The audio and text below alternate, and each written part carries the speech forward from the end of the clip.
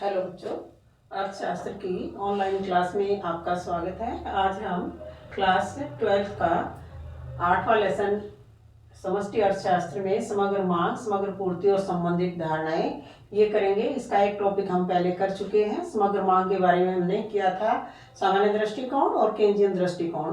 हमने पढ़ा था कि समग्र मांग क्या है और समग्र मांग के बारे में सामान्य दृष्टिकोण क्या है और केंद्र का दृष्टिकोण क्या है समग्र मांग के बारे में। ये हमने पहले वाले वीडियो में पढ़ लिया है। उसी टॉपिक को हम आगे लेके चलते हैं कि समग्र मांग का माप। आज हम ये दो टॉपिक करेंगे, समग्र मांग का माप और समग्र मांग का व्यवहार कैसा है, ये हम करेंगे।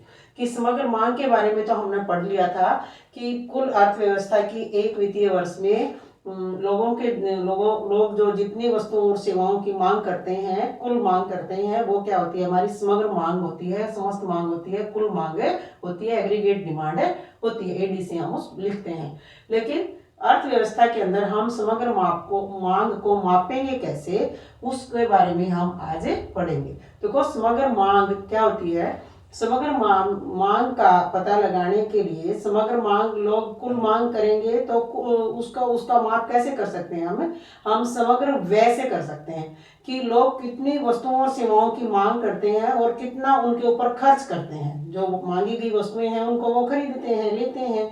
तो हम इसका अंदाजा किससे लगा सकते हैं कि एक वित्तीय वर्ष के दौरान वस्तुओं और सेवाओं के ऊपर लोग कितना खर्च करते हैं। जो भी वस्तुएं खरीदते हैं लोग, उनके ऊपर कितना खर्च करते हैं। जो भी वस्तुएं और सेवाएं खरीदते हैं उनके ऊपर लोग कितना खर्च करते हैं। अगर उस खर्च को माप लें तो वो क्या हो जाएगी, हमारी एग्रीगेट डिमांड हो जाएगी। तो कैसे, जैसे मान लिया लोग किसके ऊपर खर्च करते हैं, एग्रीगेट डिमांड। या तो वो उपभोक्ता वस्तुओं के ऊपर खर्च करेंगे, या तो वो उपभोक्ता वस्तु जो उपभोग करते हैं जो उनके ऊपर खर्च करेंगे, या फिर वो पूंजीगत वस्तुओं के ऊपर खर्च करेंगे। वो क्या होता है, हमारा निवेश होता है। जो पूंजीगत वस्तुओं के ऊपर भी हमने पहले पढ़ा हुआ है कि पूंजीगत वस्तुओं के ऊपर जो खर्च है उसको निवेश कहते हैं, जिससे और पूंजी का निर्माण हो सके। उन वस्तुओं को हम क्या कहते हैं, पूंजीगत वस्तु कहते हैं, उसको निवेश कहते हैं। तो वो क्या हो जाएगा हमारा C+I। सी क्या है हमारा, उपभोक्ता वस्तुओं के ऊपर खर्च, और आई क्या है हमारा, निवेश है। निवेश यानी कि पूंजीगत वस्तुओं के ऊपर खर्च। वो क्या हो जाएगा, हमारी एग्रीगेट डिमांड हो जाएगी। अगर हम पूरी अर्थव्यवस्था के अंदर उपभोक्ता वस्तुओं के ऊपर जो खर्च हुआ है वो, और जो निवेश किया गया है यानी कि जो पूंजीगत वस्तुओं के ऊपर खर्च किया गया है, उसको निकाल लें, उसको माप लें, तो वो क्या हो जाएगी, हमारी एग्रीगेट मांग हो जाएगी। इस तरह से उसके ऊपर जितना खर्च किया है उपभोक्ता वस्तुओं के ऊपर और पूंजीगत वस्तुओं के ऊपर जो खर्च हुआ है, वो क्या हो जाएगी, हमारी ये एग्रीगेट डिमांड हो जाएगी।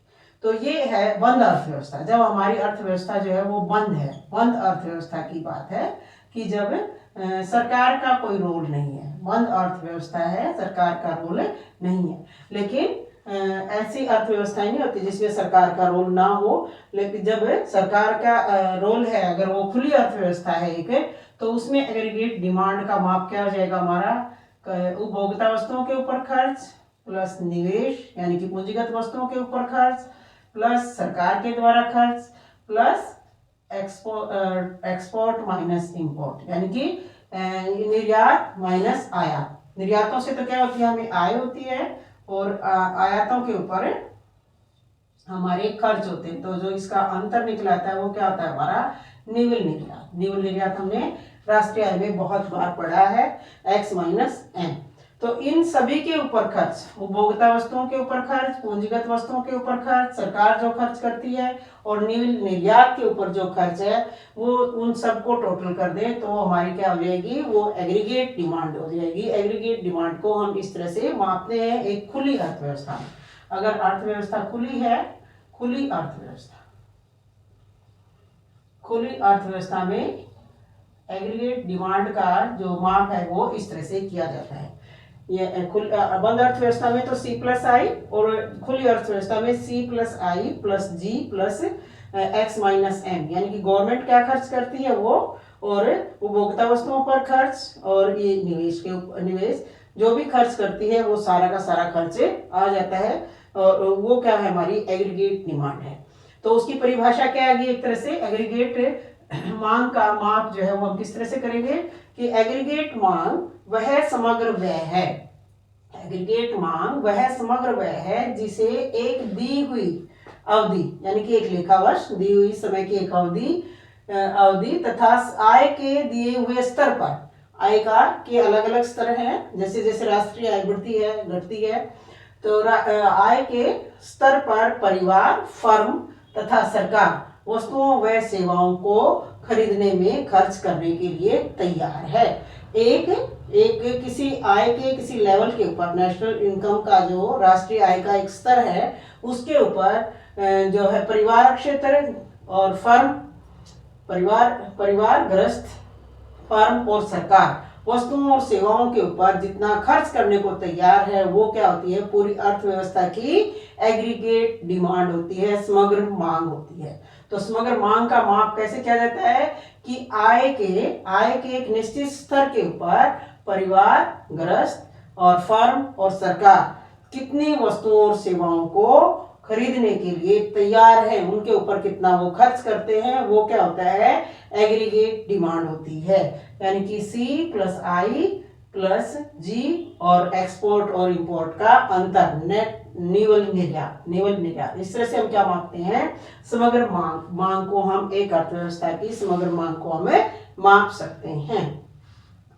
आगे है अभी कि समग्र मांग का व्यवहार क्या है। समग्र मांग का व्यवहार मतलब कि समग्र मांग जो है वो किस तरह से घटती या बढ़ती है, समग्र मांग कैसे बढ़ती है। तो समग्र मांग जो है वो आय के साथ बढ़ती है। जैसे जैसे लोगों की आय बढ़ती है किसी भी अर्थव्यवस्था के अंदर, या जैसे आय का स्तर बढ़ता है, रोजगार का आय का स्तर बढ़ता है, तो वैसे वैसे लोग क्या है, वस्तुओं और सेवाओं की मांग करते हैं। उनका रोजगार बढ़ता है, उनकी आय बढ़ती है, तो वो वस्तुओं और सेवाओं की मांग करते हैं। तो क्या होगा कि जैसे जैसे आय बढ़ती है, आय के विभिन्न स्तरों के ऊपर जैसे जैसे आय का स्तर बढ़ेगा किसी भी अर्थव्यवस्था के अंदर, तो मांगी गई वस्तुओं की मात्रा भी बढ़ेगी, यानी कि एग्रीगेट मांग का स्तर भी बढ़ता जाएगा। तो एक तो ये है, दूसरे तो इन जैसे ये मैंने एक टेबल बनाई है ये कि आय का स्तर जो है 0 है, तो मांगी गई मात्रा जो है वो मांगे ये करोड़ रुपए, हम रुपए करोड़ों में लिख सकते हैं, अर्थव्यवस्था की बात कर रहे हैं ना, नेशनल इनकम की। तो जब नेशनल राष्ट्रीय आय 0 है तो क्या है, समग्र मांग जो है वो 20, 10 है तो 25, 20 है तो 30 और 30 है तो 35 और 40 है तो 40 और 50 है तो 45 और 60 है तो 50। इस तरह से मैंने एक ये टेबल बनाई है। तो समग्र मांग का व्यवहार ये है कि जैसे जैसे आय बढ़ती है, आय का स्तर बढ़ता है, जैसे आम व्यक्ति की भी बात करें तो भी हम कि जैसे जैसे आय बढ़ती है तो उसकी मांग बढ़ती है। लेकिन देखो दो बातें आती हैं उसके ऊपर आय का व्यवहार में कि एक तो आय के शून्य स्तर पर भी समग्र मांग का एक न्यूनतम स्तर सदैव होता है। इनकम 0 है, जैसे किसी व्यक्ति की इनकम 0 है लेकिन फिर भी उसकी मांग होती है, यानी कि वस्तुओं और सेवाओं पे वो खर्च तो करता ही है, उसको जीवित रहने के लिए भोजन और आवश्यक चीजों की जरूरत वह पड़ती ही है। तो इनकम के 0 लेवल के ऊपर, आय के 0 स्तर के ऊपर भी मांग कुछ ना कुछ होती है। क्यों? क्योंकि लोगों को जीवित रहने के लिए, अपनी न्यूनतम आवश्यकताओं को पूरा करने के लिए कुछ ना कुछ तो उनको खर्च करना ही पड़ता है भोजन आदि के ऊपर। और वो कहाँ से करते हैं वो खर्च, या तो अपनी पिछली बचतों से या किसी से उधार लेके अपनी उस मांग को पूरा करते हैं। तो एक तो मांग का व्यवहार ये है। दूसरा है ये कि जैसे जैसे आय में वृद्धि होती है तो मांग बढ़ती तो है लेकिन उस दर से नहीं बढ़ती हुई। समग्र मांग जो है वो उस दर से नहीं बढ़ती जिस दर से आय बढ़ती है। आय की बढ़ने की दर से जो खर्च करने की जो प्रवृत्ति है वो कम होती है। आय जो समग्र मांग के बढ़ने की दर है वो कम है, यानी कि आय में होने वाली वृद्धि की दर व्यय में होने वाली वृद्धि से अधिक है। हम ऐसे भी कह सकते हैं कि आय में होने वाली वृद्धि की दर अधिक होती है और जो मांग में वृद्धि की दर है वो कम होती है। आय में वृद्धि की दर से जो मांग में वृद्धि की दर है वो कम होती है। जैसे इसमें भी देखो आय में वृद्धि की दर क्या है, 0 है, फिर 10, 20, 30, 40, 50, 60 और इसमें क्या है, इसमें 5-5 का डिफरेंस है। तो समग्र मांग की वृद्धि की दर कम है और आय में वृद्धि की दर ज्यादा है, क्योंकि लोग क्या करते हैं, धीरे धीरे ये कोशिश करते हैं कि जो आय बढ़ रही है तो उसका कुछ हिस्सा बचत भी किया जाए, उसका एक हिस्सा जो है वो बचत किया जाए, सारे का सारा खर्च न किया जाए। तो इस तरह से ये व्यवहार है, मांग के व्यवहार है कि एक तो शून्य, जब आय का स्तर शून्य है, आय का स्तर जब शून्य है तो भी न्यूनतम मांग का स्तर अवश्य बना रहता है। दूसरा मांग का व्यवहार ये है कि जिस दर से आय बढ़ती है, मांग जो है उस दर से नहीं बढ़ती, उससे कम दर से मांग बढ़ती है। या उल्टा कह सकते हैं इसको कि आय में वृद्धि की दर जो है वो मांग में होने वाली वृद्धि की दर से अधिक होती है। इसका एक चित्र भी बना सकते हैं हम, डायग्राम से भी समझ सकते हैं। जैसे मान लिया ये है, ये एक्स एक्सिस, ये वाई एक्सिस, ये ओ है। इस तरफ हम लेते हैं आय रोजगार, आय और रोजगार, और दूसरी तरफ हम लेते हैं एग्रीगेट डिमांड या समग्र मांग। तो इसमें अगर हमें ये इसी टेबल को हम चित्र के द्वारा दिखाएं तो क्या होगा, हमारी आय ये है 0, 0, 10, 20, 30, 40 और आगे ले लो इसको, और ये 50 और ये हमारा 60। और इसके इस तरफ एग्रीगेट डिमांड को भी हम इसी से लेते हैं, ये हमारी 10, 20, 30, 40 और ये 50। ठीक है, तो ये आय का जो है कर्व ये ऐसे होता है, आय ऐसे बढ़ती है, ये बराबर बराबर 10-10 से बढ़ा रखे हमने, तो ये हमारा वाई वक्र है।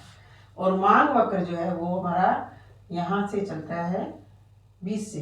अगर इसको इस तरह से बनाएंगे ना तो ये ऐसे बनेगा, यहाँ 40 पे दोनों बराबर होंगे, तो इसको तुम अगर बनाओगे तो ये ऐसे बनेगा।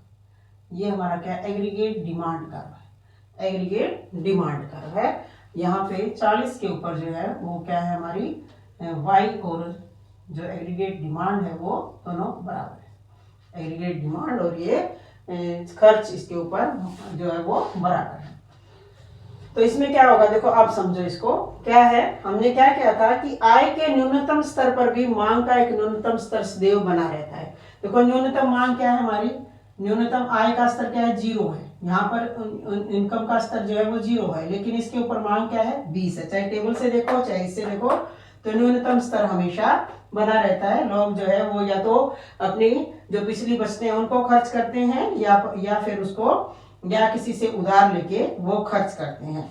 तो जैसे जैसे यहाँ पे 20 है और 20 का आय का स्तर 0 है, लेकिन जैसे जैसे आय बढ़ती है वैसे वैसे क्या है, समग्र मांग भी बढ़ती है, लेकिन उस स्पीड से, उस रेट से नहीं बढ़ती जिस रेट से ये बढ़ती है, आय बढ़ती है। तो फिर क्या होता है, यहाँ पे देखो, यहाँ पे उधार लेके या बचत अपनी पिछली वस्तुओं से लोग जो है वो अपना मांग को पूरा करते हैं। यहाँ पर क्या हो जाती है, यहाँ पर एग्रीगेट डिमांड और ये इनकम जो है वो हमारी बराबर हो जाती है, यहाँ पर बराबर हो जाती है, यानी कि सेविंग 0 है। और उसके बाद क्या होगा, उसके बाद जैसे जैसे आय बढ़ती है, देखो एग्रीगेट डिमांड कर्व नीचे आ जाता है, एग्रीगेट डिमांड कर्व नीचे है और ये ऊपर है। तो इसका मतलब ये पोर्शन क्या है, ये भाग है सेविंग का, बचत का। तो लोग क्या करते हैं, उसके बाद भी अगर आय बढ़ती है तो वो बचत करना शुरू करते हैं भविष्य के लिए, कि भविष्य के लिए बचतें हमारे काम आएंगी, तो बचत करना शुरू कर देते हैं। तो मांग की प्रवृत्ति ये है, मांग का व्यवहार ये है कि मांग जो है वो उस स्पीड से नहीं बढ़ती, कि कुछ समय के बाद जैसे जैसे आय बढ़ती है तो लोग जो है वो बचत करना शुरू कर देते हैं, सारी की सारी आय को खर्च नहीं करते। जब उनकी जरूरतें पूरी हो जाती हैं तो वो है उस आय का कुछ हिस्सा वो बचाते भी हैं, सेविंग भी करती हैं। तो आय के ये व्यवहार हमने पढ़े हैं, ये बातों का ध्यान रखना है। हमने 2 टॉपिक पढ़े हैं आज, एक तो समग्र मांग का माप, कि समग्र मांग को मापेंगे कैसे, वो कैसे मापेंगे कि लोग जितना जो वस्तुएं खरीदते हैं उनके ऊपर जो खर्च करते हैं उनको माप ले, कुल खर्च को माप ले। कुल खर्च किसके द्वारा किया जाएगा, वो गृहस्थ के द्वारा, फर्म के द्वारा और सरकार के द्वारा। सरकार भी विभिन्न चीजों के ऊपर खर्च करती है और वस्तुओं और सेवाओं को खरीदने में, परिवार क्षेत्र भी और फर्म भी, ये सारी की सारी जितनी भी वस्तुओं और सेवाओं पे खर्च करती है उसको माप लो तो वो क्या हो जाएगा, एग्रीगेट मांग हो जाएगा। फिर एग्रीगेट मांग का व्यवहार क्या है? एग्रीगेट मांग का व्यवहार हमने पढ़ा है कि आय के शून्य स्तर पर भी कुछ ना कुछ मांग होती है, और जैसे आय बढ़ती है, आय अधिक दर से बढ़ती है और उसके कंपैरिजन में जो मांग है, जो वस्तुओं और सेवाओं के ऊपर जो लोग खर्च कर रहे हैं, उसकी जो वृद्धि की दर है वो उससे कम होगी, आय से कम होगी। उस स्पीड से या उस दर से वो लोग खर्च नहीं करते हैं। एक लेवल के बाद, आय के एक स्तर के बाद, आय के एक स्तर, देखो यहाँ पर आय के अलग अलग स्तरों के ऊपर मांग जो है वो अलग अलग है, लेकिन आय का एक स्तर जो 40 है, 40 के ऊपर जब आय पहुंच गई तो लोग उसके बाद जो है एडी वक्र नीचे आ जाता है। चाहे यहाँ से देख लो तो क्या होगा, लोग बचत करना शुरू कर देते हैं। आय के एक निश्चित स्तर के बाद वो लोग जो है वो बचत करना शुरू करते हैं, सारी की सारी आय को खर्च नहीं करते। तो ये छोटे छोटे से 2 टॉपिक थे, हमने ये अच्छी तरह से इनका अध्ययन किया है, आशा है आपको समझ आए होंगे। Thank you.